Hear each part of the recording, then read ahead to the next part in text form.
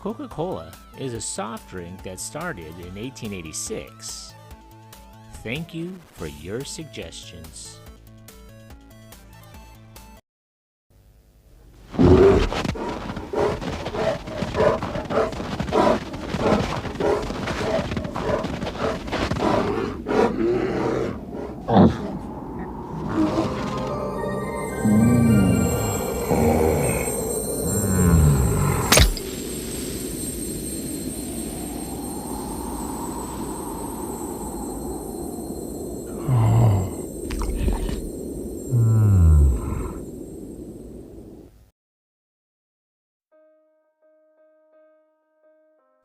The inventor of Coca-Cola, Dr. John S. Pemberton, came to Atlanta from Columbus, Georgia in 1869.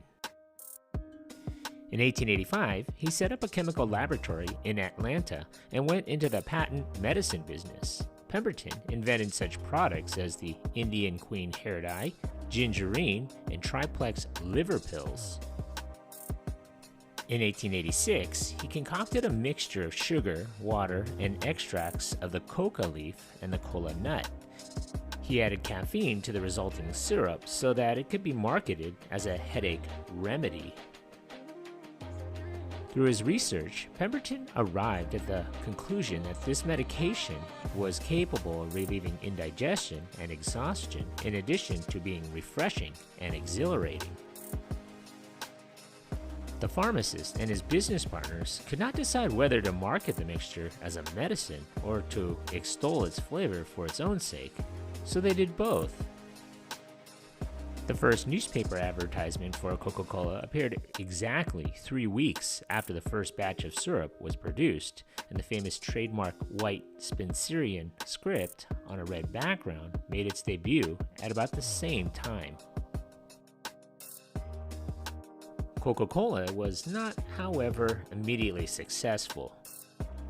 During the product's first year in existence, Pemberton and his partners spent around $74 in advertising their unique beverage and made only $50 in sales. The combined pressures of poor business and ill health led Pemberton to sell 2/3 of his business in early 1888. By 1891, a successful druggist named Asa Candler owned the entire enterprise. It had cost him $2,300. Dr. Pemberton, who died 3 years earlier, was never to know the enormous success his invention would have in the coming century. Under Candler's leadership, which spanned a 26-year period, the Coca-Cola Company grew quickly. Between 1888 and 1907, the factory and offices of the business were moved to 8 different buildings in order to keep up with the company's growth and expansion. As head of the company, Candler was most concerned with the quality and promotion of his product. He was particularly concerned with production of the syrup, which was boiled in kettles over a furnace and stirred by hand with large wooden paddles. He improved Pemberton's formula with the help of a chemist, a pharmacist, and a prescriptionist. In 1901, responding to complaints about the presence of minute amounts of cocaine in the Coca-Cola syrup, Candler devised the means to remove all traces of the substance. By 1905, the syrup was completely free of cocaine. In 1892, the newly incorporated Coca-Cola Company began to advertise its drink.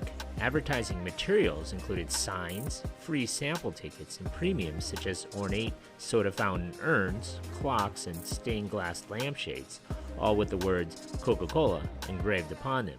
These early advertising strategies initiated the most extensive promotional campaign for one product in history. Salesmen traveled the entire country selling the company's syrup, and by 1895, Coca-Cola was being sold and consumed in every state in the nation. Soon it was available in some Canadian cities and in Honolulu, and plans were underway for its introduction into Mexico. By the time Asa Candler left the company in 1916, Coke had also been sold in Jamaica, Cuba, Germany, Bermuda, Puerto Rico, the Philippines, France, and England. An event that had an enormous impact on the future and the very nature of the company was the 1899 agreement made between Candler and the two young lawyers that allowed them to bottle and sell Coca-Cola throughout the United States. The first bottling franchise had been established. In 1916, the now universally recognized, uniquely contoured-shaped Coke bottle was invented. Also during this time, all claims for the medicinal properties of Coca-Cola were quietly dropped from its advertisements. Robert Woodruff became president of the company in 1923 at the age of 33. His father, Ernest Woodruff, along with an investor group, had purchased it from the Candler family in 1919 for $25 million, and the company went public that same year at $40 a share. Through the 1920s and 1930s, such developments as a six-pack carton of Coke, which encouraged shoppers to purchase the drink for home consumption, coin-operated vending machines in the workplace, and the cooler, designed by John Stanton, expanded the domestic market considerably. Also, by the end of 1930, as a result of the company's quality control efforts, Coca-Cola tasted exactly the same everywhere. Woodruff worked with Archie Lee of the Darcy Advertising Agency, who worked to equate Coca-Cola with the American way of life. Advertisements had, in Candler's era, been targeted at the wealthy population. In Woodruff's time, the advertising was aimed at all Americans. By early 1950, African Americans were featured in advertisements, and by the mid-1950s, there was an increase in advertising targeted at other minority groups. Advertising never reflected the problems of the world, only the good and happy life. Radio advertising began in 1927, and through the years, Coca-Cola sponsored many musical programs. During World War II, Woodruff announced that every man in uniform would be able to get a bottle of Coke for 5 cents no matter what the cost to the company. This was an extremely successful marketing maneuver and provided Coke with good publicity. In 1943, at the request of General Eisenhower, Coca-Cola plants were set up near the fighting fronts in North Africa and eventually throughout Europe in order to help increase the morale of United States soldiers. Thus, Coca-Cola was introduced to the world. Coke was available in Germany prior to the war, but its survival there during the war years was due to a man named Max Kite, who kept the company going even though there was very little Coca-Cola syrup available. Kite developed his own soft drink using ingredients available to him, and he called his beverage Fanta. The decade of the 1950s was a time of the greatest European expansion for the company. During this decade, Coca-Cola opened approximately 15 to 20 plants a year throughout the world.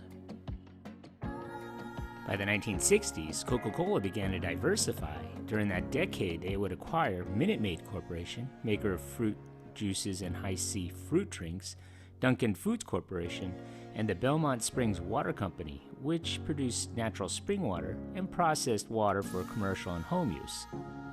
The following year, the company purchased Aquachem Inc., producers of desalting machines and other such equipment.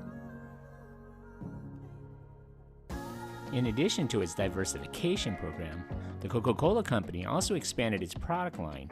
Fanta became available in the United States during 1960 and was introduced by the introduction of Sprite in 1961, Tab in 1963, and Fresca in 1966, along with diet versions of each soft drink.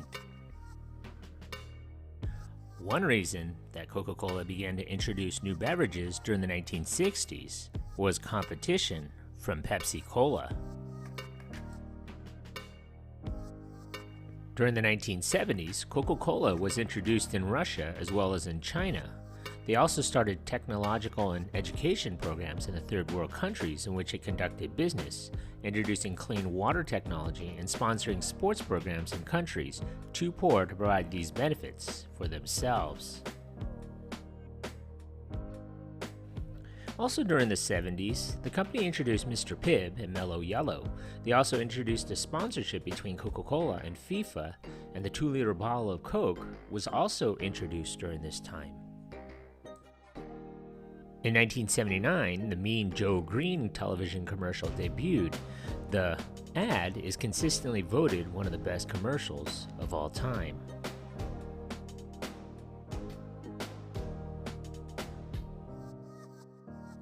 Roberto Guazzetta became chairman in 1981. He immediately shook up what had become a risk-adverse, tradition-obsessed, barely profitable company. Less than a year after becoming chairman, he made 2 controversial decisions. First, he acquired Columbia Pictures for about $750 million in 1982. Guazzetta thought that the entertainment field had good growth prospects and that it would benefit from Coca-Cola's expertise in market research. Secondly, without much consumer research, Guazzetta introduced Diet Coke to the public, risking the well-regarded trademark that, until then, had stood only for the original formula. Something had to be done about the sluggish domestic sales of Coca-Cola and the intense competition presented by Pepsi. In 1950, Coke had outsold Pepsi by more than 5-1, but by 1984, Pepsi had a 23% market share, while Coke had a 22% market share. Guazzetta's second 1982 gamble paid off handsomely when Diet Coke went on to become the most successful consumer product launch of the 1980s, and eventually the number 3 soft drink in the entire world. In 1985, Guazzetta took another chance. Based on information gathered from blind taste tests, Guazzetta decided to reformulate the 99-year-old drink in the hope of combating Pepsi's growing popularity. The change to New Coke was not enthusiastically greeted by the U.S. public. Apparently, Guazzetta did not take into account the public's emotional attachment to the name Coca-Cola and all that it stood for: stability, memories, and the idea of a golden America. Within less than a year, the company brought back the old Coke, calling it Coca-Cola Classic. New Coke was universally considered the biggest consumer product blunder of the 1980s, but it was also viewed in a longer-term perspective as a positive thing because the massive amount of free publicity that the Coke brand received from the debacle. So let's get to it now. If you were an adult, teenager, or kid like me growing up in the 1980s and 90s, then you'll remember the Cola Wars, the rivalry between Coke and Pepsi. Heck, it was even mentioned in Billy Joel's song, "We Didn't Start the Fire." It was a mutually targeted marketing campaign for the direct competition between each company's product lines, especially their flagship colas, Coca-Cola and Pepsi. Beginning in the late 1970s and into the 1980s, the competition escalated until it became known as the Cola Wars. So were you Team Pepsi or Team Coke? Me? I was Team Pepsi when I was a kid, but I would switch to Team Coke as I got older. Now, I'm Team Water, and I quit the colas in 2021. And don't get me started on Dasani, Aquafina, or Arrowhead Mountain tap water. Throughout the 90s, the company acquired the Indian cola brand Thumbs Up in 1993 and Barks in 1995. In 1999, Coca-Cola purchased 50% of the shares of Inca Cola for $200 million, subsequently taking control of the overseas marketing and production for the brand. In 1993, the Coca-Cola Company made a dramatic shift in its advertising by introducing the Always Coca-Cola campaign with the initial run of 27 commercials designed to appeal to specific audiences. The ads ran around the world and included a variety of innovative technical approaches, such as computer animation. One such commercial, Northern Lights, introduced what would become one of the most popular symbols of Coca-Cola advertising, the animated polar bear. The acquisitions would continue in 2001 when it acquired the Odwalla brand of fruit juices, smoothies, and bars for $181 million. In 2007, it acquired Fuse Beverage for an estimated $250 million. In 2011, it acquired the remaining stake in Honest Tea, and 2 years later, it finalized its purchase of Zico, a coconut water company. In 2014, it acquired a 17% stake in Monster Beverage for $2.15 billion, with an option to increase it to 25% as part of a long-term strategic partnership that included marketing and distribution alliances and product line swaps. But as for the Coca-Cola brand itself, in 2005, the company added Coke Zero brand, a zero-calorie soft drink with the taste of the regular Coca-Cola. In 2022, a brand new Coke Zero Sugar will replace the Coke Zero and Coke No Sugar, an announcement that's been quietly made. In the mid-2010s, Coca-Cola introduced the Share a Coke campaign.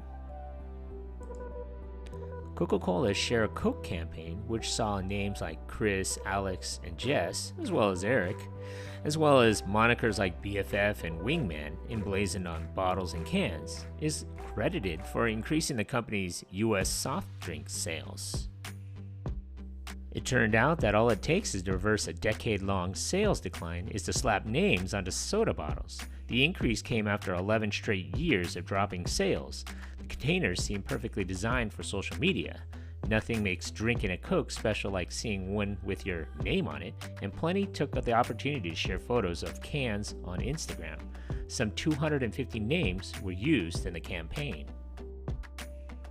Well, I am sorry if I've left out any other vital information about Coca-Cola, and I'm sure you will let me know in the comments below.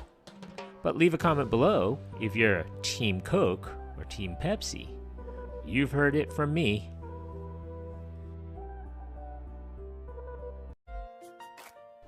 So what do you remember about this iconic beverage? Leave a comment, or if you want, leave a suggestion for a future video about your favorite soft drink. Make sure you hit that like button and subscribe to this channel. Thanks for watching.